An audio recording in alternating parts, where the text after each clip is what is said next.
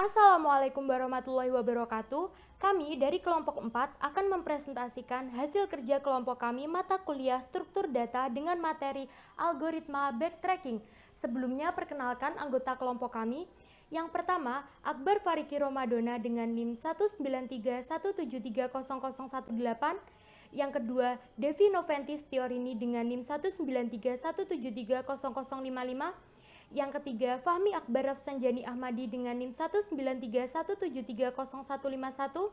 Yang keempat, Tony Priolaksono dengan NIM 19317300135. Yang kelima, Trivita Wilujeng dengan NIM 19317300008. Algoritma backtracking yang akan kami sampaikan di sini meliputi yang pertama, pengertian algoritma backtracking, kegunaan algoritma backtracking, implementasi algoritma backtracking pada kasus, dan yang terakhir, implementasi program dalam Java. Pengertian backtracking.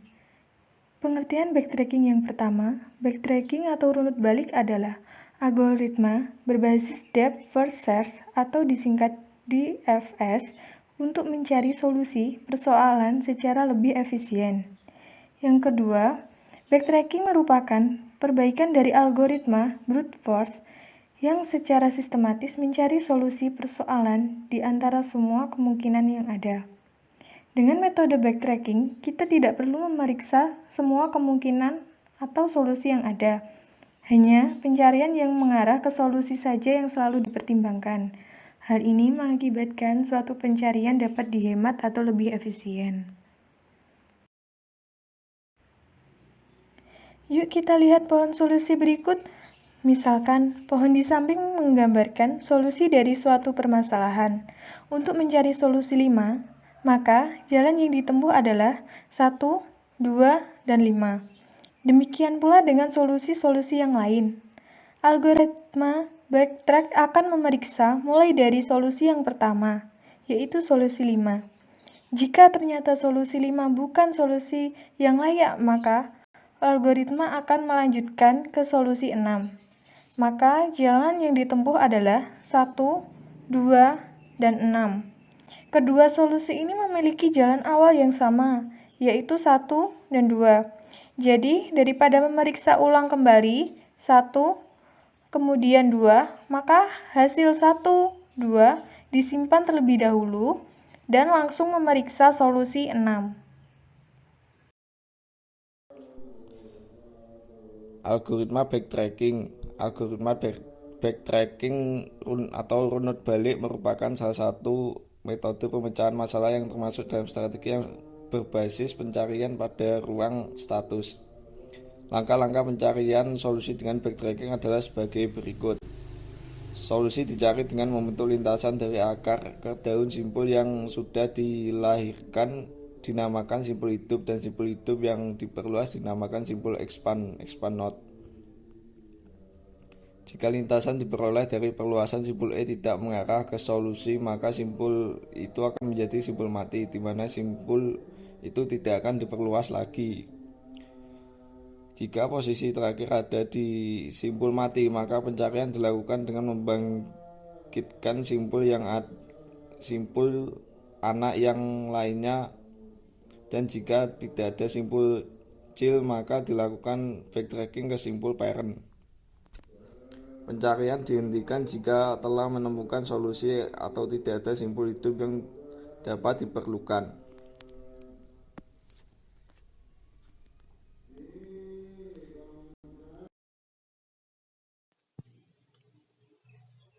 Persoalan Mazza Solver, mencari jalan keluar di dalam labirin. Penyelesaian dengan backtracking. 1. Pembagian lintasan menjadi sederetan langkah. Sebuah langkah terdiri dari penggerakan suatu unit sel pada arah tertentu. 2. Arah yang mungkin ke atas, up, ke bawah, down, ke kiri, left, ke kanan, right.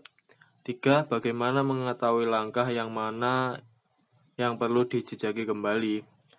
Ada 2 solusi untuk masalah ini. 1. Simpan semua langkah yang pernah dilakukan. 2. Gunakan rekursi yang secara implisit menyimpan semua langkah.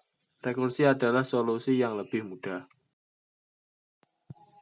garis besar algoritma backtrack. While belum sampai pada tujuan do. If terdapat arah yang benar sedemikian sehingga kita belum pernah berpindah ke sel pada arah tersebut. Then, pindah salah satu ke arah tersebut. Else, backtrack langkah sampai terdapat arah seperti yang disebutkan di atas. And if and well. Dan lebih rincinya ada di slide berikut.